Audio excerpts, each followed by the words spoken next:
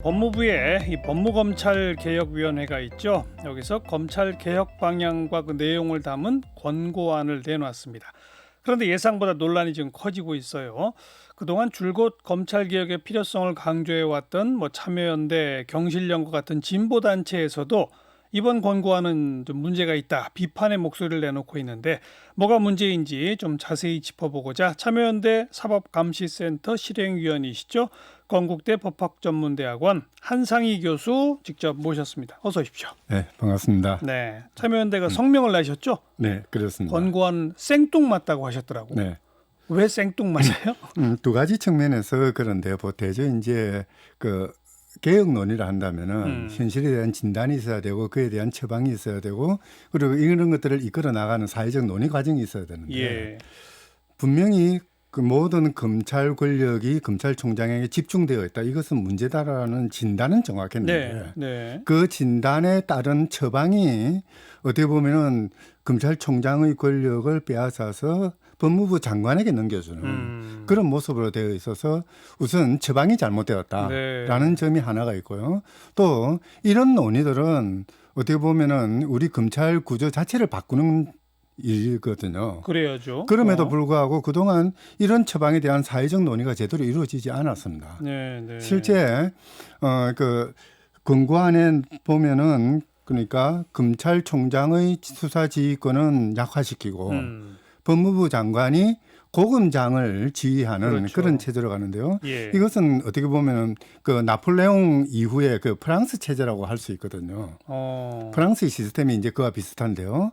갑자기 우리의 체제를 프랑스의 체제로 옮겨가는 이런 변화를 이야기하면서 어떤 사회적인 의제 설정이라든지 또는 의견 수렴의 과정이 전혀 없이 이런 안이 나오다 보니까 권고안을 내면서 이걸로 사회적 토론을 시작해 봅시다, 그런 거 아닐까요? 근데 이게 문제가 뭐냐면은 개혁위원회가 법무부 장관에게 권고하는 거거든요. 그렇죠. 그래서 이것을 법을 바꾸라고 하는 거죠. 그렇죠. 거기에는 어떤 사회적인 논의가 새로 들어갈 수 있는 여지가 없지 않습니까? 이 권고를 받아들여서 검찰청법 같은 걸 법무부 안으로 개정안을 내면 그렇죠.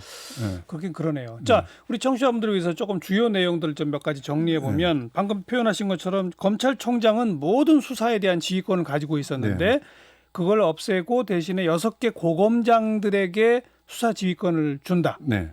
그런 거고 그동안 장관은 검찰총장을 통해서만 구체적 수사에 대한 그렇죠. 지휘가 가능했는데 고검장을 통해서 6명 고검장을 통해서 수사 지휘를 할 수 있도록 한다. 요거죠. 수사 지휘권은. 그다음에 검찰의 그 인사에 있어서는 그 검찰 인사위원회가 있지 않습니까? 그동안에는 검찰총장과 법무부 장관이 어찌 보면 독대 형식으로 일종의 협의를 한 것이죠. 협의를 했다면 이제는 검찰총장은 그 검찰 인사위원회에 서면으로 의견만 내도록 그런 거죠. 그렇죠. 그럼 인사위원회에서 그냥 결정권을 다 갖는 걸로. 그게 아니라 인사위원회의 의견을 들어 법무부 장관이 제청하게 되어 있습니다. 그럼 법무부 장관의 인사권이 그동안에는 검찰총장과 좀 분점하고 있었다면 거의 독점적으로 커지는 거네요. 그렇죠. 네. 그다음에는 비검찰 인사도 검찰총장을 할 수 있도록 해보자. 요거. 마지막은 장관이 수사 지휘를 하더라도 꼭 서면으로 해라. 그다음에 이건 기소하지 마시오라는 식의 수사 지휘는 못한다. 요 4가지 내용이잖아요. 대충 4가지 정도죠. 4가지 중에 문제 안 되는 거는 뭐 어떤 겁니까? 검찰총장의 검찰 출신이 아닌 사람도 할 수 있도록 하자. 이거는 바람직한 모습이죠. 그리고 나머지 그 3가지의 그 방안들도 검찰총장에 집중되어 있는 이 검찰 권력. 그래서 하나의 정점이 2,200명의 그 검사 전체를 다 지휘하는 이런 구조를 그 혁파한다는 점에서는 상당히 그 좋은 안이라고 할 수는 있습니다. 다만 문제는 그런 것들을 혁파했을 때 그 검찰총장이 가지고 있던 권력을 어떻게 민주화한다든지 또는 분산한다든지 이런 데 이제 고민해야 될 건데요. 사실 그 검찰총장의 권력을 6명의 그 고검장에게 분산시킨다.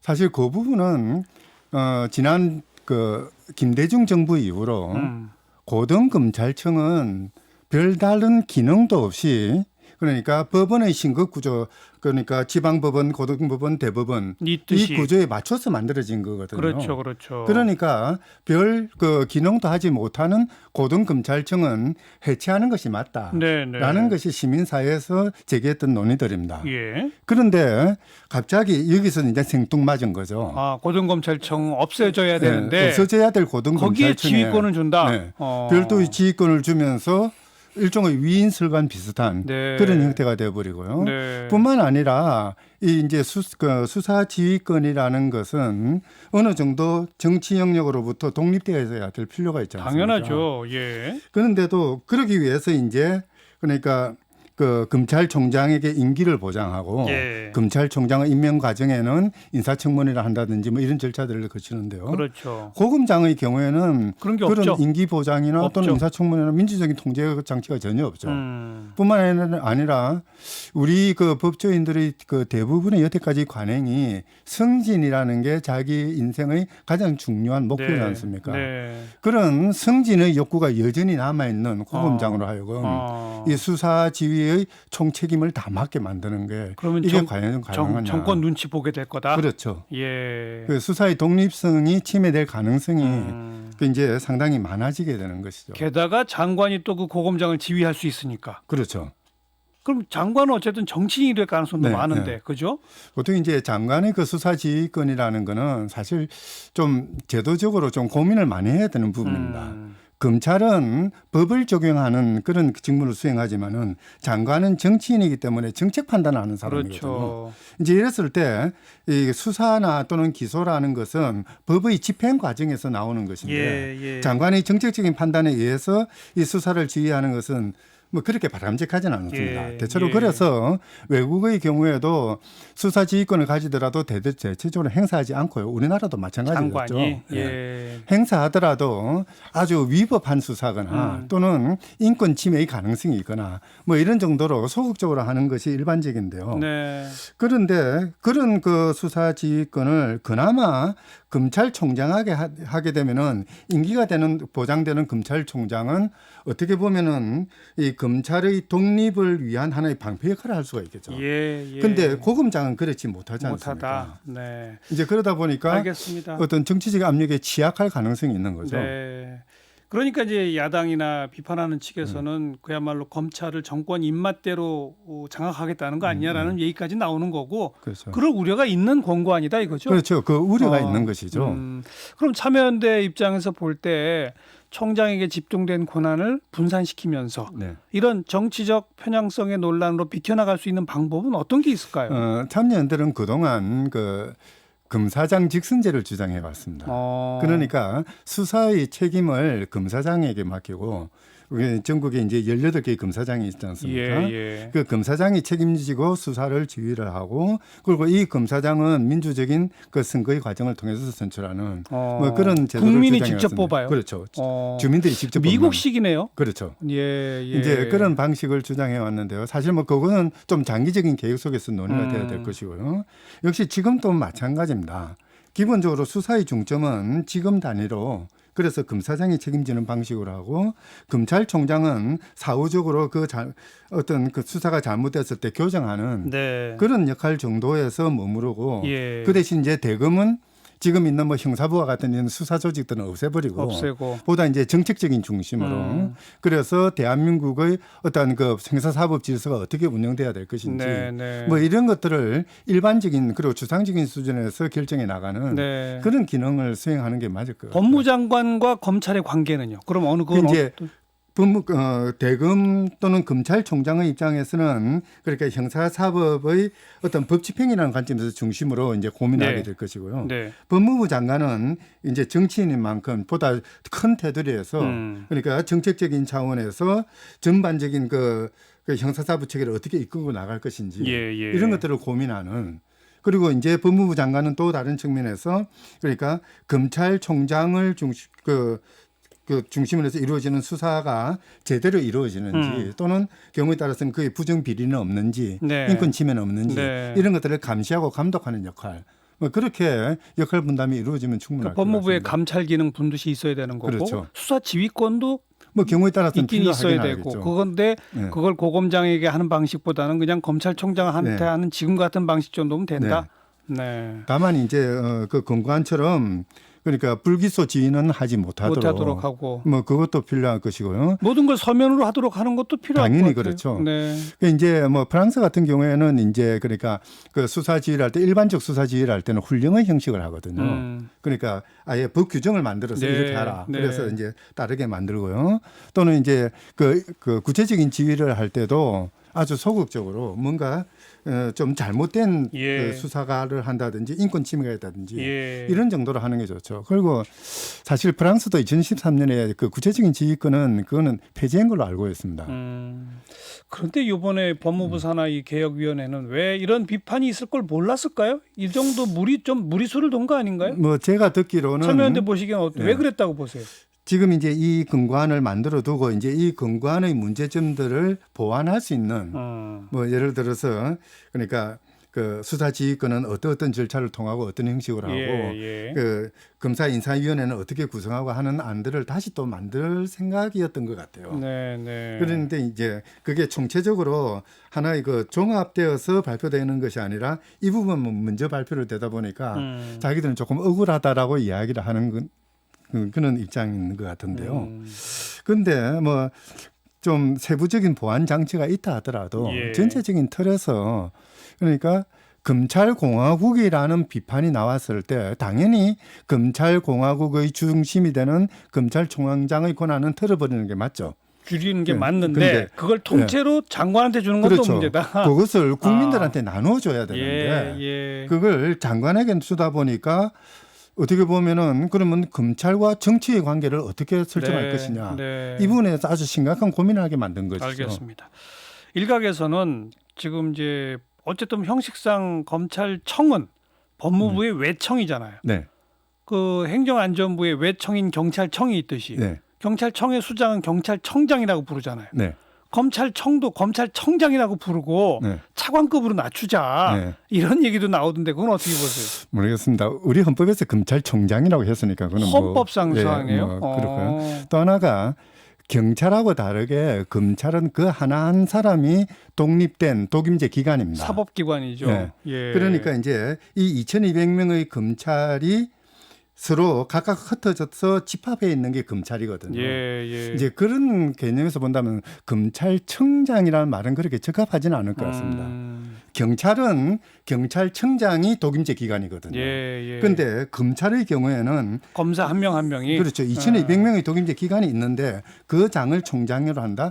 조금 그건 좀 조금 명칭상 이상해질 것 같아요. 현재 장관급은 걸 차관급으로 낮추자는 얘기는. 그런데 직급은 문제가 아닐 것 같습니다. 권한이 어떻게 분배되느냐가 중요한 것이지. 알겠습니다. 더 큰 틀에서 보면 이게 이제 검찰 경찰의 수사권 조정.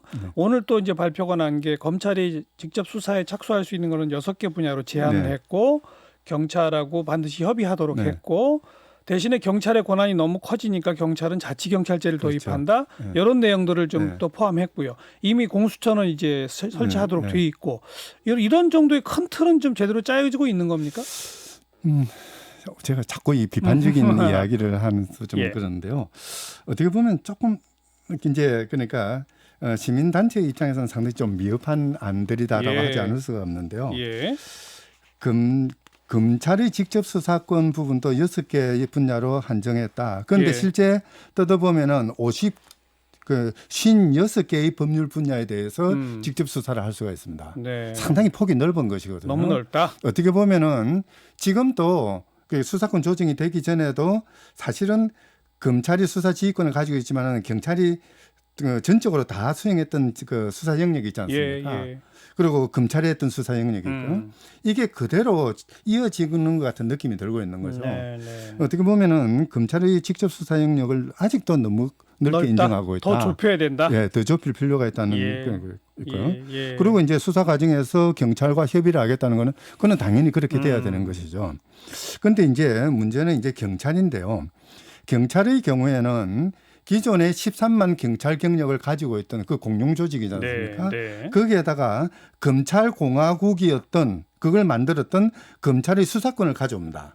가져오고 뿐만 아니라 국정원의 대공수사권. 그렇죠. 그것도 우리나라 가져오고. 군의주의 체제의 천병의 역할을 했던 국정원으로부터 대공수사권과 국내 정보 수집권을 가져옵니다. 맞아요. 그러니까 그동안 우리 그 국가에서 권력 기관이었던 두 기관으로부터 그 권력의 핵심을 경찰이 가져오면서 예. 이 심사만이라는 공룡 조직을 유지하고 있는 거거든요. 예. 이런 것들을 좀 조금 민주적으로 통제할 필요가 있는데요. 그러기 위해서는 수사 기능들을 기존의 행정 경찰 영역으로부터 분리시킬 필요가 있죠. 그렇죠. 그래야죠. 그런데도 지금 안을 보면은 수사본부를 만들고 이 수사본부를 경찰청장의 통제하에 둡니다. 그러다 보니까 수사국을 수사본부로 이름만 바꾼 것에 다름이 아닌 기존 조직은 그대로 가는 것이죠. 조직을 분리해야 되는데 그렇죠. 분리가 안 되는 거죠. 뿐만 아니라 이제 수직적으로도 국가 경찰과 자치 경찰이 분리가 돼야 되는데 지금 그 안에 보면은 그냥 이원 구조도 포기하고 일원 구조로 가서 그냥 그러니까 국가 경찰의 한 부분으로 자치 경찰을 인정하겠다. 그렇게 이야기를 하거든요. 이제 이렇게 되면은 경찰 권력이 그러니까 과거에서 보다 그 수사권과 국내 그 정보 수집권, 대공수사권을 다 가지고 오면서도 여전히 그 조직은 변함이 없는. 이제 이러다 보니까 자칫 잘못하면은 아주 강력한 경찰 권력이 만들어질 가능성이 있는 거죠. 한마디로 검찰의 직접 수사 착수 대상은 더 줄이고 더 많은 수사 직접 권한을 경찰에게 주긴 주되 그렇죠. 경찰 조직을 중앙에서도 지방에서도 다 쪼개야 된다. 그렇죠. 그게 민주적 통제가 가능해질 것이다. 뿐만 아니라 이제 정보 경찰 같은 것들은 폐지할 필요가 있는 것이고요. 그렇죠. 예. 뭐 마무리 지으면서 지금 검사장하고 부장검사가 몸싸움까지 하고 하는 검찰 내부가 지금 너무 복잡한 것 같아요. 이거 어떻게 바라보세요? 그래요. 사실 뭐 어떻게 보면은 검찰이 가지고 있는 구조적인 문제점이 이제 터져 나오는 하나의 그 모습이라고 생각하는데요.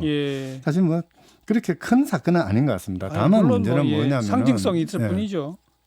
우리 사회가 어떤 도덕적인 또는 정치 윤리적인 차원에서 해결해야 될 문제를 전부 하나같이 검찰의 수사권에 맡겨놓고 유죄냐 무죄냐 가지고 모든 가치 판단을 다 대체하는 이런 구조로 바뀌고 있습니다. 정치의 사법화. 그렇죠. 그리고 사법관이 지배하는 그러다 보니까 검찰 권력은 강화될 수밖에 없고 이 검찰 권력이 강화되는 것은 정치 영역과의 결합 속에서 이루어지는 것이고 그렇죠. 이제 이러다 보니까 검찰 내부에서도 권력 싸움을 하지 않을 수가 없는 것이죠. 그리고 그 권력 싸움의 한 표면이 이번 이 사건으로 나오는 것 같아요. 알겠습니다. 정치권에서도 너도 나도 자기 입맛에 안 맞으면 검찰을 둘겨 패요. 그러면서 걸핏하면 검찰한테 또 검찰에 고발하고 검찰이 수사하라고 그러고 수사하면 또 수사를 못 믿겠다고 딜레마입니다. 딜레마예요. 참 지난한 권력 구조의 개혁 좀 오래 걸리더라도 차근차근 완성할 때까지 해나가야죠. 우리 참여연대 실행위원 건국대 법학전문대학원 한상희 교수 고맙습니다. 네, 수고했습니다.